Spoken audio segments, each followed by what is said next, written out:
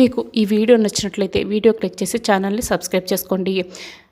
గగన్ అన్నయ్య రేపు నక్షత్ర కోసం ఇక్కడికి వస్తున్నాడంట అని చెప్తూ ఉంటాడు చరణ్. ఇక ఒక్కసారిగా బిందు అయితే షాక్ అవుతుంది. ఏంటి అలా షాక్ అయిపోయావు అని చరణ్ ఇక చిటికలు వేస్తూ పిలుస్తుంటాడు. అసలు అన్నయ్య ఒక డీసెంట్గా ఉంటాడు, ఒక డీసెన్సీ మెయింటైన్ చేస్తాడు. అలాంటి అన్నయ్య నక్షత్రం ప్రేమించడం అంటే నేను అసలు నమ్మలేకపోతున్నాను అని బిందు అడుగుతూ ఉంటే, అదే కదా నాకు కూడా ఇంత షాక్ ఇస్తుంది. అసలు అన్నయ్య నక్షత్ర ఒకరినొకరు ప్రేమించుకుంటున్నారు అంటే అన్నయ్య రేపు ఇక్కడికి రావడము, తీసుకువెళ్తానని అంత ధైర్యంగా చెప్పడము, ఇక్కడ ఏం గొడవ జరుగుతుందేమోనని నేను బాగా కంగారు పడ్డాము. అయినా కూడా నక్షత్ర కూడా మనకి అలాగే షాకులు ఇస్తుంది కదా, అందుకేనేమో అలా హాఫ్ సారీ కట్టుకొని పూజలు చేయడం మొదలుపెట్టింది అని బిందు చరణ్ అనుకుంటారు.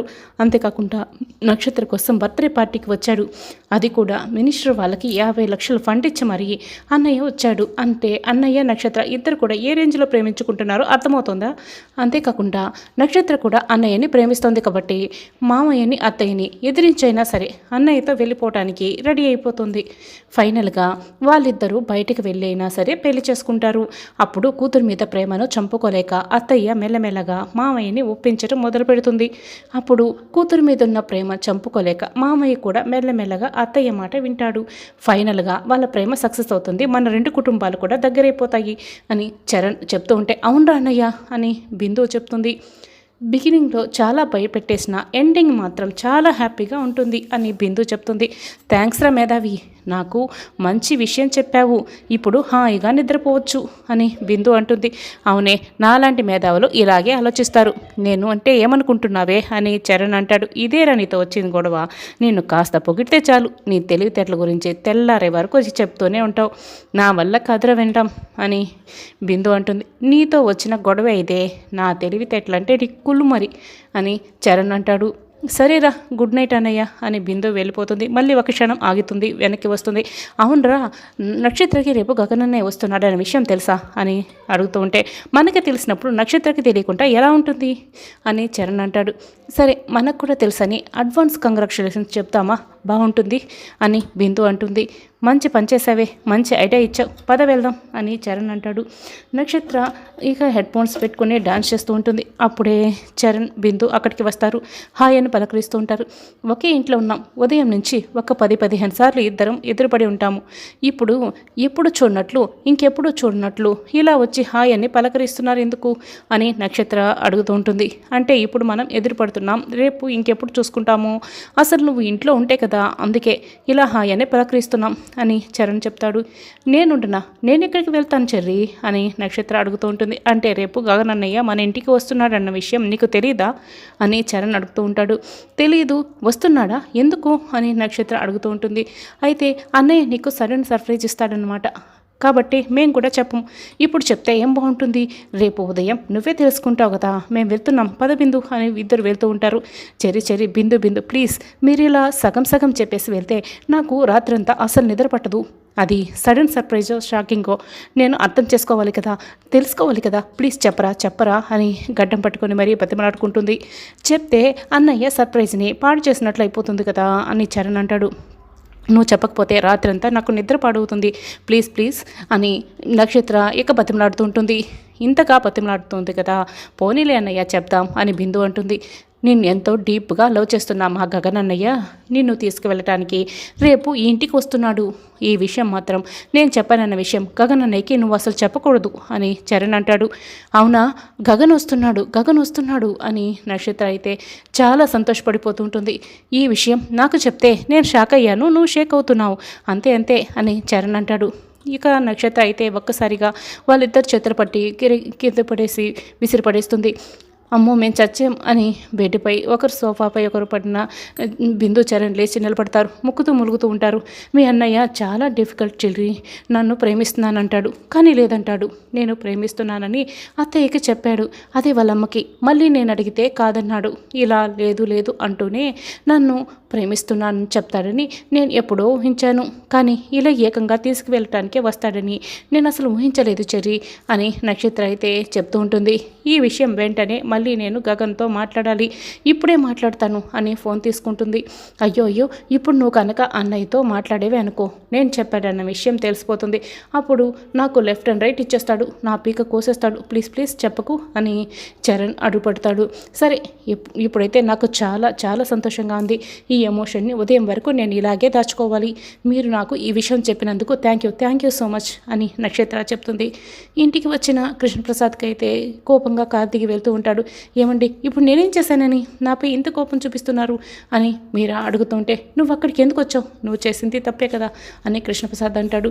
లేదండి, ఇప్పుడు మీరు ఆ గగన్ని మీరు ఇంటికి రమ్మని చెప్పడానికి అక్కడికి వెళ్ళారు. మా వదిన అన్నీ నాతో చెప్పింది, అందుకే నేను రావద్దని చెప్పడానికి వచ్చాను అని చెప్తూ ఉంటే, లేదు, నేను కూడా రావద్దని చెప్పడానికే వెళ్ళాను అని కృష్ణప్రసాద్ అంటాడు. లేదు, మా వదిన నాకు అన్నీ చెప్పిందిలేండి, ఇప్పుడు మీరు ఆ గగన్ ఇంటికి వస్తే మీరు ఇంట్లో నుంచి వెళ్ళిపోతారు కదా, మమ్మల్ని అందరినీ వదిలేస్తారు కదా, ఇదంతా మా అపూర్వ వదిన చెప్పింది అని అపూర్వ చెప్పిన మాటలన్నీ కూడా ఇక కేపీకి మీరా చెప్తూ ఉంటుంది.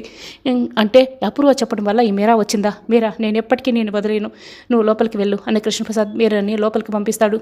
అంటే అపూర్వ ఏదో కుట్ర చేస్తుంది అని కృష్ణప్రసాద్ ఆలోచిస్తూ ఉంటాడు. గగన్ గారి ఇంట్లో ఏం జరుగుతుందో అర్థం కాక అపూర్వ తలకు పీక్కుంటుంది.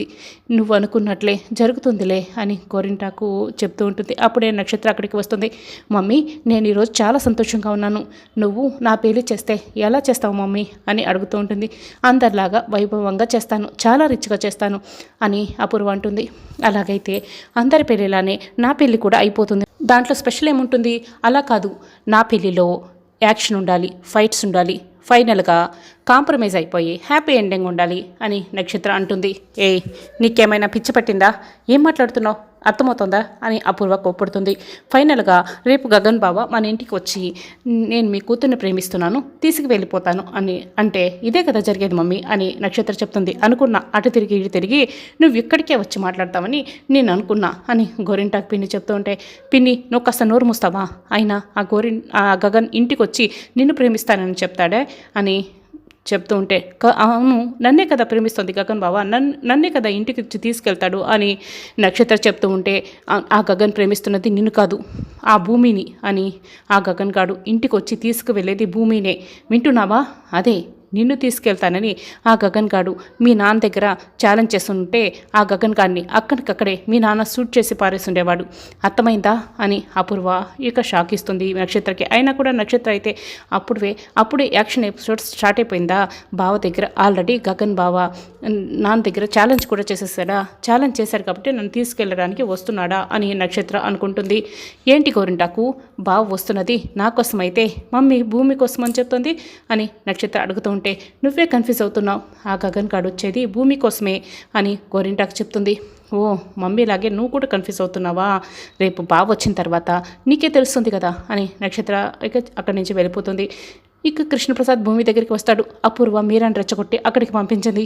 నేను చెప్పినప్పుడు శారద వినే పరిస్థితిలోనే ఉన్నింది, మీరా వచ్చి చెడగొట్టేసింది, ఇక వాళ్ళు ఖచ్చితంగా వచ్చి భూమిని తీసుకెళ్లేదే అని శారద గగన్ ఇద్దరు కూడా తేల్చి చెప్పారు. ఇదంతా అపూర్వ కుట్ర, కాబట్టి మనమేం చేసేదే లేదు, ఇంకా ఆలోచిస్తూ ఉంటే మనసంతా పాడైపోతుంది, నిద్రపోమ్మా అని కృష్ణప్రసాద్ చెప్పి వెళ్ళిపోతాడు.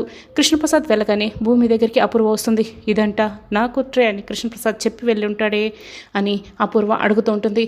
చేసే పాపిష్టి పనులను కూడా గొప్పగా చెప్పుకునే నీ బ్రతుకు ఒక బ్రతికేనా, అసలు నువ్వు మనిషివేనా అని భూమి అపూర్వని తిడుతూ ఉంటుంది. అపూర్వ అయితే ఇక నవ్వుతూ ఉంటుంది.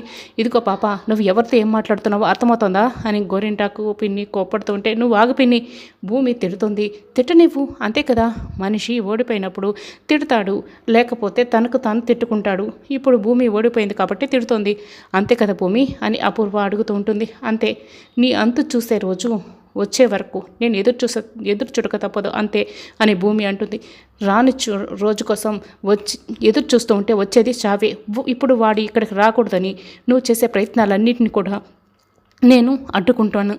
అలా కాదు, నేను మా నాన్నని ఒప్పించే ఆ తర్వాత వాడిని నేను తగ్గించుకుంటాను అని నువ్వు అన్నావనుకో, మధ్యలో అడ్డుకోవడానికి నేనున్నాను కదా, నువ్వు ఎంత పెద్ద ప్రయత్నం చేసినా చిటికి వేసి నేను అడ్డుకుంటాను. ఎందుకంటే అవతల ఉన్నది గగన్. ఆ గగన్ అంటే మీ నాన్నకి ఎంత ద్వేషమో తెలుసు కదా. అందుకే ఒక పంచే రేపు వాడొస్తాడు, వాడితో నువ్వు వెళ్ళిపో.